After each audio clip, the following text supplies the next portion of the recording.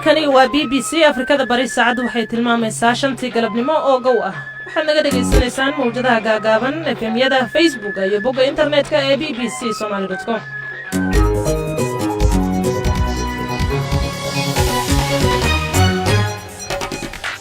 kulanti wacan oo wanaagsan dhegeystayaal waa galabnimo khamiis ah 12 bisha May ee sanadka 2022 daacada waa dunida iyo maanta waxay idin la socodsiinaysaa anigoo ah Kawthar Maxamed Cabdullaahi qodobada aad ku maqli doontaana waxaa ka mid ah khudbadda waxqabad ee musharaxiinta madaxtinimada Soomaaliya oo soo gabagabowday wasiirkii hore ee arrimaha dibadda ee Soomaaliya oo madaxweyne Farmaajo iyo ra'iisul wasaare Roble ku eedeeyay inay ka dambeeyeen xilka qaadistiisa waraysi gaar ah ayaan idinkaga haynaa wafdi uu hogaaminayo taliyaha ciidamada Mareykanka Afrika ee Africom oo maanta gaaray magaalada Hargeysa maxay tahay sababta uu xanuunka COVID-19 ugu soo rogaal celiyay Koonfur Afrika sababta waa waxyaalo badan oo isbiirsaday laakiin waxa ugu horeeya oo isleeyahay waxay tahay maadaama bandowgii la qafiifiyay oo asiga dhammaantiisba in la wada qaaday ay ahayd adiga madaxweynaha ku dhawaaqay iyo qabowbihii wadanka oo bilowday qabowbaha waxa waaye hergabyada iyo waxaasi aaday u ziyaadaan hogaamiyayaasha Finland oo sheegay inay ku qasban yihiin inay codsadaan xubinimada NATO hay'adda cuntada ee WFP oo ka digtay in abaartii ku dhufatay geeska Afrika ay 20 milyan oo qof u horseedi karto gaajo wixii loo gaaro dhamaadka sanadkan waxa kale oo aad maqli doontaan ma ana naqshada ay soo bari oo hadana waxa galtay daqiiqada kaga shaqeyso adiga geerka motor ka sagaaji oo kaalay ilaa inta ma sha Allah la soo qorayo mana TikTok ugu celcelin halkan dib ka dhaxday ma xabiib isdaji waa waraysi gaar ah oo idinkaga hayno jilayaal reer Djibouti ah oo dadka ka wacyigeliyay baraha bulshada barnaamijkii muusiga iyo salaamaha ayaadna ku maqli doontaan qodobadaas oo faahfaahsan iyo ciyaarihiina waxa aad ku dhageysan doontaan barnaamijkan dunida iyo maanta oo uu soo saaray Cabdifataax Ibraahim Cagayar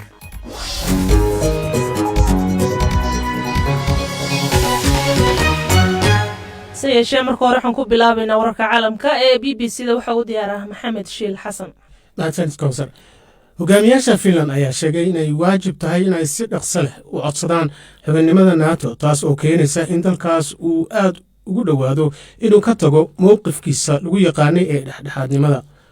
war qoraal oo ay si wadajir u soo saareen madaxweynaha Finland Sauli Niinisto iyo ra'iisul wasaaraha Sanna Marin ay ku sheegeen in xubinimada NATO ay xoojin karto ammaanka Finland ayaa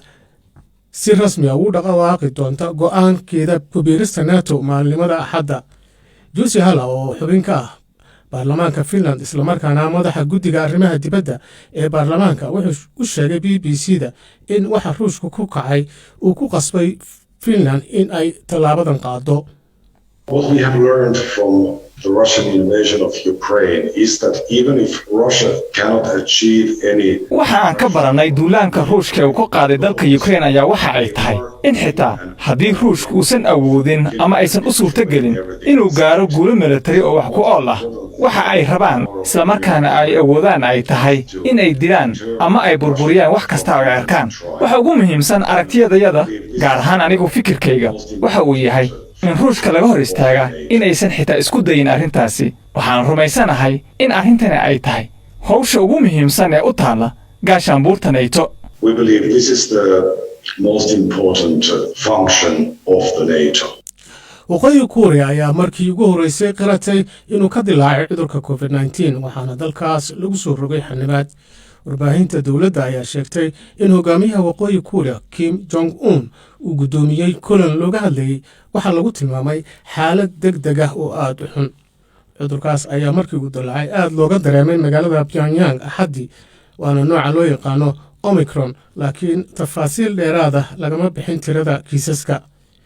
Jad O'Carroll waa madaxa ururka ka hortagga qataraha ee Kuuriya oo saldhigeedu yahay magaalada Seoul ee koonfurta Kuuriya ee deriska la ah waqooyi Kuuriya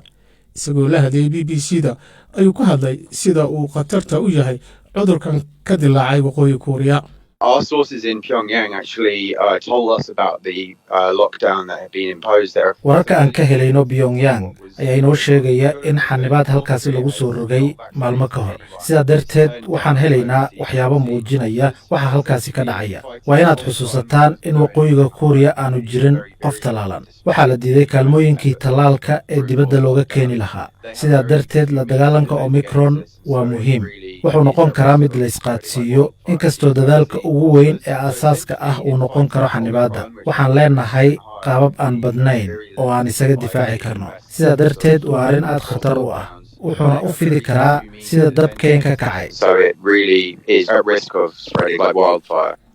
kumanaan falastiiniyiin ah ayaa isugu soo baxay daanta galbeed iyagoo ka qaybgelaya munaasabad xusuus loogu sameynayo shiriin abu caqli oo ahayd wariye ka tirsanayd muddo dheer telefishinka aljaziira oo shalay lagu toogtay deegaanka janiin ee daanta galbeed. meydka shiriin oo lagu daboolay calanka falastiin ayaa la keenay xarunta maamulka falastiin iyadoo la aasi doono maalinta jimcaha. madaxweynaha falastiin maxamuud cabbaas ayaa sheegay in dilka shiriin abu caqli uu ahaa dembi, isagoo ku celceliyey diidmadiisa inuu gacan ka geysto baaris wadajir ah oo uu la samayn lahaa israa'iil, isagoo sheegay inuusan ku kalsoonayn israa'iil. caalamka ayaa laga cambaareeyey dilka, waxaana jira baaqiyo ku saabsan in la baaro dilkaasi. ugu dambayntiina baaris ay samaysay b b c da ayaa lagu ogaaday in shabakad caalami ah oo ay leeyihiin kooxaha goosadka ee nigeria, kuwaas oo saldhigoodu ay yihiin dalal dibadda ah.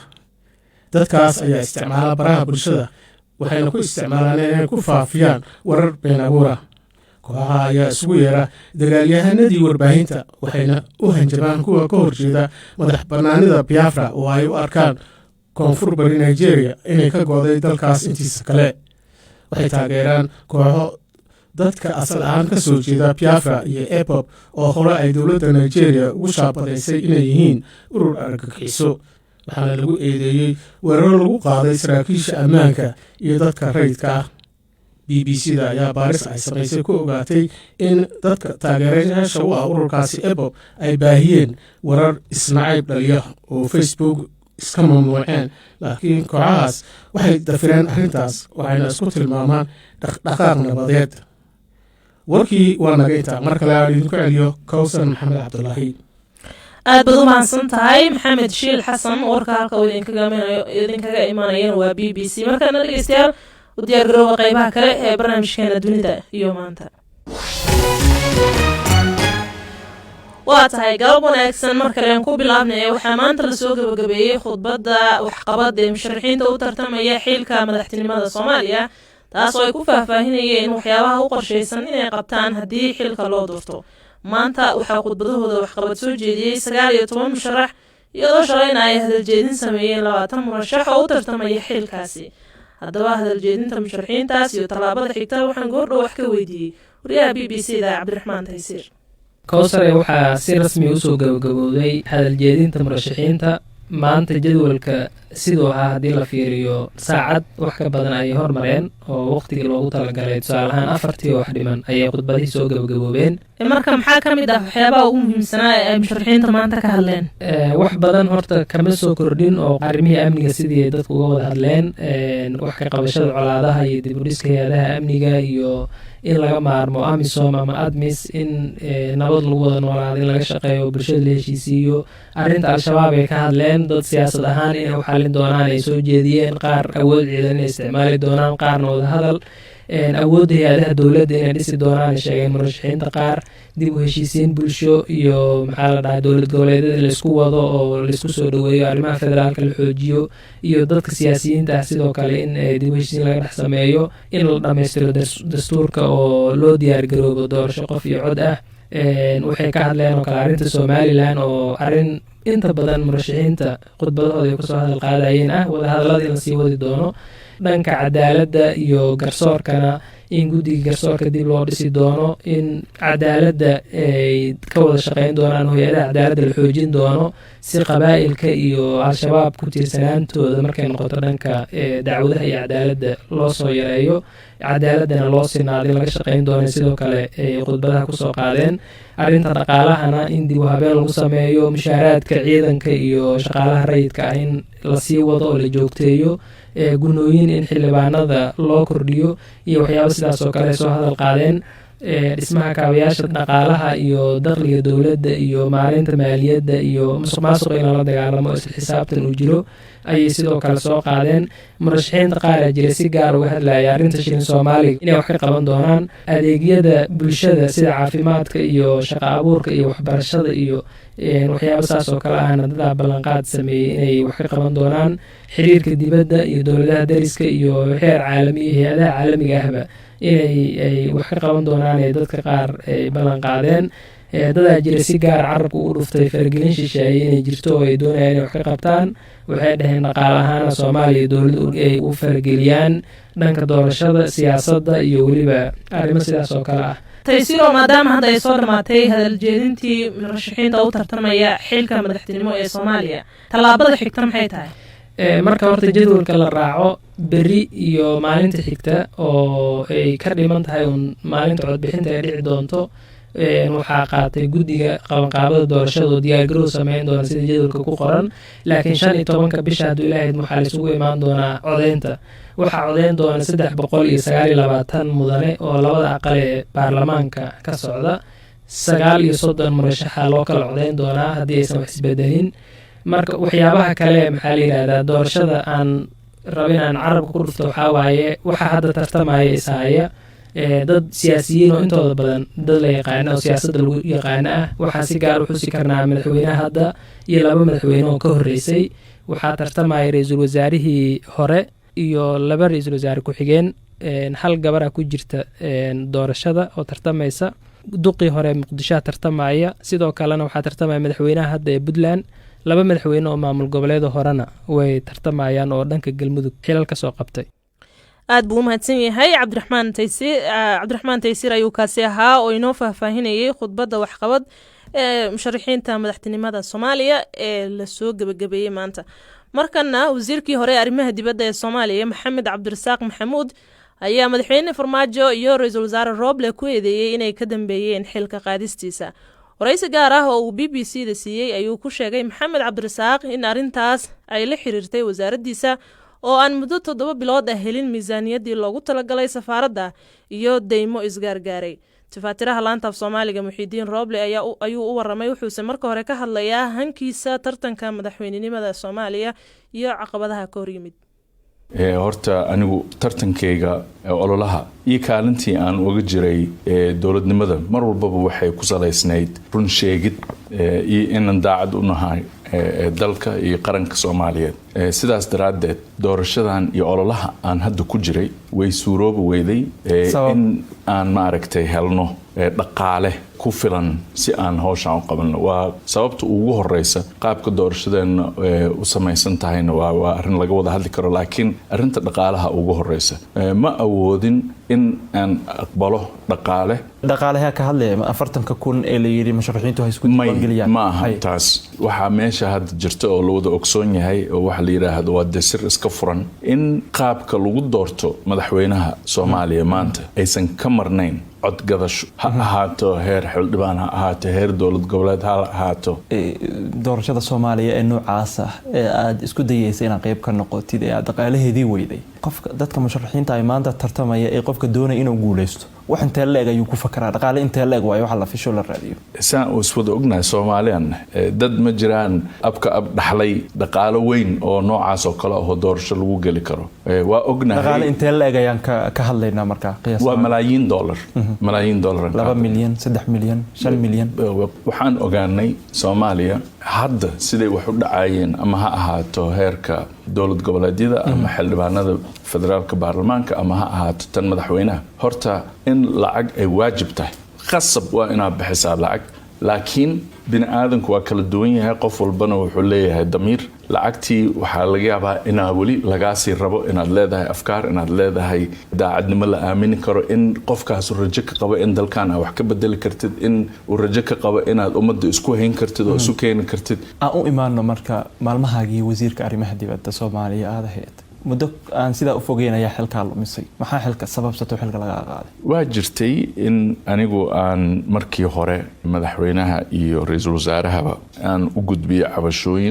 cabashooyinkaasna aan filayay runtii in wax laga qabto. aanu wada fariisanay madaxweynaha iyo ra'iisul maxay wasaaraha ahaayeen cabashooyinkaas dhowr waxyaabood ay isugu jireen qaab maamulka wasaaradda iyo budgetkeeda lacagaha wasaaradda sida loo maamulo miyaa ka mid ah mise lacagaha idinku yaraayo la jeeda waxoo dhan waa isku wada jireen ayadoo qoraalna waa jirtaa way taalaa laakiin marka noo jilci dadka Soomaalida ah wareysigan la socda ay doonaya inay fahmaan waxa bariga ka cabatay iyo sababaha xilka laga qaaday intaba bal u jilci waxay ahayd runtii isbiirsanay in muddo ah markaasna waan ka gaabsaday inaan runtii iraahdo sababahan ayaan ma aragto kala tagnay oo aysan ahayn runtii wax aad loo boonbooniyay aysan ku habboonayn marka waxa leedahay waxa jira isfahmi waa adiga iyo madaxweynaha iyo hal tusaale aan ku siiyo waqtigaas shaqada aan ka tagay oo ahayd bishii November xilka laga qaaday kamaada tagin adigu iska waan iscazilay waan offer gareeyay laakiin inta la yiri wixii waa la xalinayaa oo markii aan ogolaaday ayaa hadan liiga dabayuun marka adiga sidaa rabto u fasir waa lagu qiyaamo miyaa leedahay markaas wax la isku ogaa ma ahayn waxa la igu yiri arrintan waa la xalinayaa yaa waxa sameeyay oo qiyaanada inta la eeg madaxweyne Farmaajo iyo Prime Minister Roble heshiis arrinka ku ahaayeen labadooda yaa leedahay yes way marka waxa inoo jilcisaa waxa ay u diidayeen waa iscasila adoo yiri hadana markii dambe hal tusaale aan ku siiyo halkaas tusaalena waxa weeye bishaas November ma aanan helin 7 bilood budgetkii ama qoondadiisa dhaqaale oo loogu talagalay wasaaradda dhinaca safarada anigana waxaan ahaa wasiirka ugu shaqada badan ugu safarka badan muddada kooban oo intaas la eg shaqada noocaas wada sidee ku dhici kartaa qaar waxaan ka qaadanaa tigidhada iyo waxyaalahaas dad runtii Soomaaliyeed oo ganacsato ah oo iyaguba danyar ah oo aan ka sii amaahanaa markay gaarto taas ilaa iyo 100,000 aniga damiirkayga waa siin waayay inaan marka 7 bil lacagaha idinka maqnaa 7 bilood oo bishiiba ay ahayd 40,000 loogu talagalay safaradaas marka waa lacag safarada mushaaraadkii kuwii ka horeeyna sidoo kale aad ay u soo daaheen marka aniga jaabkayga kama wadi karo waxaas kama wadi karo asxaab iyo dadaan ku wadan shaqo qarana hayaa waxaan xaq u leeyahay lacagaha miisaaniyadda qayb idinkaga ahayd idinku qondiyo halkee aadeen maxaa la idinku sheegay inaydan helin wasaaradaha oo dhan way kaaga daran oo anaga waliba aan ugu maaragtay roonnahay marka dhibaatada noocaas runtii in la xaliyo way u baahneed laakiin aniga damiirkayga waa siin waayay inaan sidaas aan wax ku sii wadno wasiirkii hore ee arrimaha dibadda ee Soomaaliya Maxamed Cabdirasaaq Maxamuud ayuu kaasi ahaa oo u waramayay Muxudiin Roble wali halka nagala socotaan waa laanta af Soomaaliga ee BBC-da BBC waxaad ka heli kartaa wararkii ugu dambeeyay ee Soomaaliya iyo caalamka oo dhan maalin walba qodobo kale ay noo soo socdo oo ay ka mid tahay wafdi uu hogaaminayo taliyaha ciidamada Mareykanka ee Afrika oo maanta gaaray magaalada Hargeysa balse markan hogaamiyayaasha Finland ayaa sheegay in dalkooda ay ku qasban yihiin inay codsadaan xubinnimada gaashaanbuurta NATO kadib markii dagaalka Ruushka uu ku qaaday Ukraine uu wax ka bedelay mowqifkooda hore ee dhexdhexaadnimada bayaanka wadajirka ah ee ay soo saareen madaxweyne Sauli Niinisto iyo Sanna Marin ayaa lagu sheegay in xubinnimada NATO ay xoojin doonto ammaanka dalka Finland taasoo 1300 kilomitir oo xuduud la leh Ruushka Finland xaddii hore ayay hore u shaacisay go'aankeeda Cabdifatax Cagayare ayaa faahfaahinta aan weydiiyay goorsii horeysay kawtaray Finland waxa ay madaxweynahooda iyo ra'iisul wasaarahoodaba soo saareen bayaan ay ku sheegeen in waqtigan la joogay muhiim u tahay in Finland ay qaadato go'aan suuragal ay tahay in ugu biirayso NATO waxa la sheegeen in la joogo waqtigii baarlamaanka iyo dadka oo dhan ee dalkaasi Finland loo ogolaan lahaa in ay aragti isku mid ah ka qaataan ku biiritaanka NATO waxay sheegeen in la joogo waqtigii ay la xiriiri lahaayeen dalalka ka tirsan NATO iyo sidoo kale Sweden kuwaas oo ay doonayaan bal inay kala hadlaan arrimaha sida ugu biiri lahaayeen NATO waa gaashaanbuurta NATO waxay sheegeen inay doonayaan in go'aan ay gaari doonaan oo haatan loo baahan yahay waxay sheegeen in ku biiritaanka NATO ee Finland ay xoojin doonto taas ammaanka NATO maadaama marka Finland aanay qayb ka ahayn NATO waxay leeyihiin haddaan ku biirno taas waxay xoojin doontaa oo kale guud ahaan isbahaysigaasi oo Finland waxa ay doonaysaa in ay NATO ka qayb qaadato oo ka mid noqoto iyadoo arrintaasi aanan la daahinayn maxay tahay marka talaabada xigta ee ay qaadayso Finland elena voltenen oo ah xildhibaanad ka tirsan baarlamaanka waddanka finland ahna hogaamiye ku-xigeenka isbahaysiga mucaaradka ee qaran ee xisbiga dalkaasi mucaaradka ee finland ayaa waxay sheegtay b b c mare uu ramaysay in baarlamaanka la horgeyn doono oo guddiga arrimaha dibadda ay diyaarinayaan warbixin ku aadan sidii wax looga bedeli lahaa amniga sharciga halkaa kaga degsan finland iyo swedhenba si toddobaadka soo socda bilowgiisa oo dabayaaqada toddobaadkan iyaga u yaqaanaan arrintaas loo soo gabagabayn lahaa finlandna ay qayb kaga noqon lahayd nato ilaa hadda cabdifitaax oo cid ka hadashay go-aankaasi ka soo baxay finland ma jirtaa ilaa iyo haatan waxaa soo baxay in ra-iisul wasaaraha waddanka denmark ay arrintaasi soo dhoweysay oo ay sheegtay in go-aankaasi uu yahay mid ay soo dhoweynayaan in ay ku soo biirto finlandna natona ay ka dhigan tahay in la xoojin doono ammaanka guud ee nato iyo weliba midka finland iyo denmark oo wax walba oo ay weydo oo ay arrintaasi kusii horumarinaysana ay sheegtay inay ka shaqayn doonto dhan kale madaxweynaha haatan dalkiisa dagaalka uu ka soconayo waa ukraine zelenski ayaa isna waxa uu sheegay inuu soo dhoweynayo tallaabada nato ay qaaday oo ay uga mid noqonayso in ay dhanka iyo nato ku biirto arrintaas oo ah tallaabo uu sheegay in dhanka wanaagsan ay finland u qaaday dabcan zelenski wuu soo dhoweeyey sidee putinna uga falcelin doonaa ku biiritaanka finland ee nato kawtar waxaad og tahay in putin uu mar horeba ka digayey in finland ay ku biirto nato taas oo u muuqanaysaba digniintiisa inaanan wax dhagjalaqa loo siin haatanse maadaama dagaal uu ku qaaday waddanka ukraine waxaad moodaa in inta badan culayska ee military uu dhanka iyo ukraine uu saaray hase yeeshee waxaa laleeyahay waxa u furan in tallaabo military uu qaado haatan putin gacmihiisa ukraine buu kula jiraa way adag tahay marka in ciidamo tiro badan uu intuu ka soo wareejiyo waddanka ukraine oo dhankan finland usoo wareejiyo weliba finland waxa ay xuduud la leedahay waddanka ruushka 800 mayl 1300 kilomitir ayay xuduud leeyihiin labadaasi dal laakiin waxaa leeyahay ciidamadii faraha badnaa ee halkaa joogi jiray ruushka wuxuu u wareejiyay dhanka iyo ukraine marka waxaa laga yaabaa haatan inay qasab ku noqoto in saraakiishii iyo ciidamadii iyo gantaaladii faraha badnaa ee xadka finland dib loo soo celiyo halkaa la keeno dhan kale waxaa leeyahay waxaa laga cabsi qabaa in weerar dhanka internetka uu ruushka soo qaado weliba isagoo xog ka raadinaya hanaanka uu ku shaqeeyo finland iyo dalalka kale ee yuruba si uu bal xog uga helo waxyaabaha laga filan karo iyo qaabka finland ay u shaqaysay sweden haddii ay nato ku biiraan markaas oo uu doonaya in xog uu halkaa ka helo sidaa daraaddeedna uu xogtaas uu helo uu ku camal falo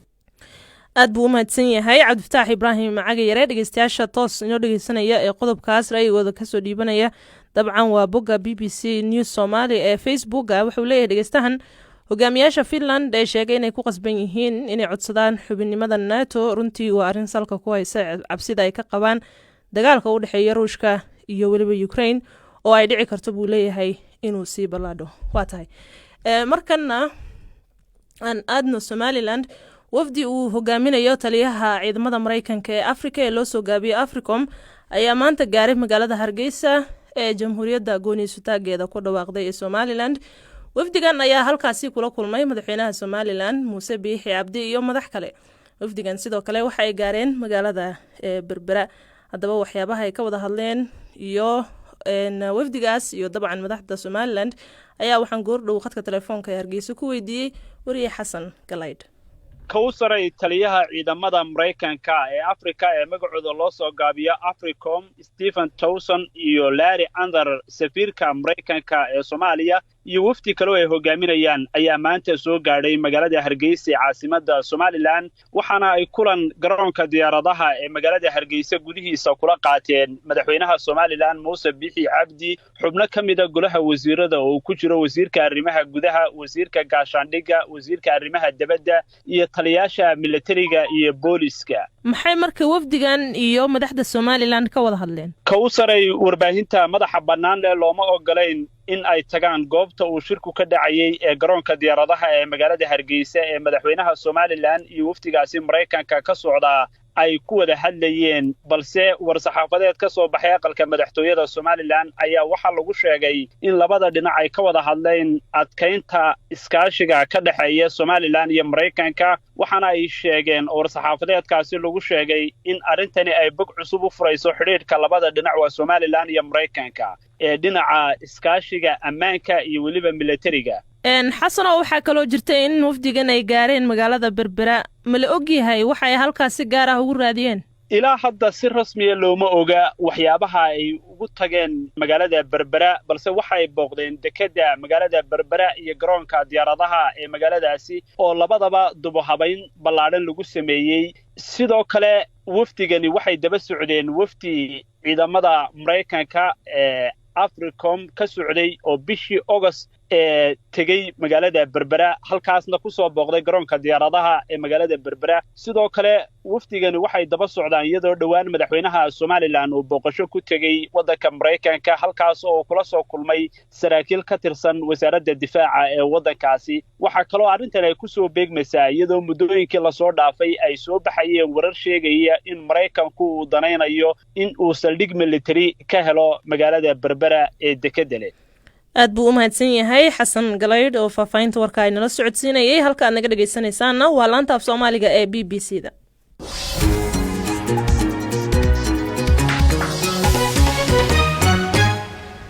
معهدka qaranka ee cudurrada faafa ee dalka Koonfur Afrika ayaa soo wariyay in ka badan 10,000 oo kiis oo cusub oo fayraska corona ah waana markii ugu horeysay ay diiwaan geliyaan kiisas ka badan 10,000 tan iyo bishii koowaad ee sanadkan kiisaskan cusub ayaa imanaya xilli uu dalkaasi galayo xilligii qaboobaha ee bisha May ilaa Agoosto mas'uuliyiinta caafimaadka ayaa ka digay in dalku wajihi karo mawjadii shanaad ee xanuunka COVID-19 tirada guud ee kiisaska COVID-19 ee laga diiwaan geliyay dalkaas ayaa kor u dhaafaya 3.85 milyan oo qof halka 102,493 kiisna lala xiriiriyay dhimasho haddaba waxa keenay in mar kale dalkaasi ku soo rogaal celiyo xanuunka ayaa waxaan weydiiyay xasan cabdullaahi maalin oo ku nool magaalada Johannesburg waxa waaye COVID-19 ka xaaladda South Africa